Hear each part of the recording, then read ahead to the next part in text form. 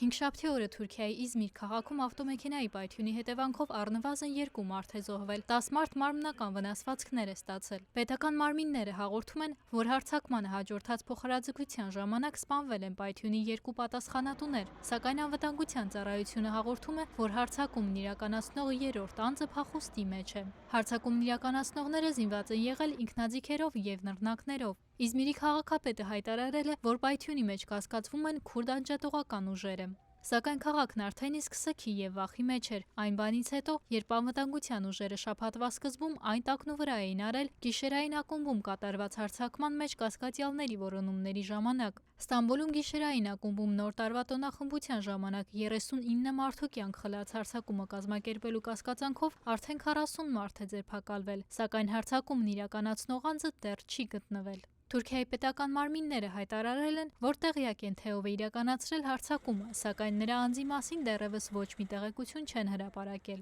Դաեշ ահաբեկչական խմբավորումը իր վրա է վերցրել գիշերային ակումբի վրա կատարված հարձակման պատասխանատվությունը։ Խմբավորումը հայտարարել էր, որ ակումբի վրա կատարված հարձակումը Թուրքիայի պատիժն է սիրիական հակամարտության մեջ ներգրավվելու համար։ Ստելլա Գրիգորյան, Ամերիկայի ձայն, Վաշինգտոն։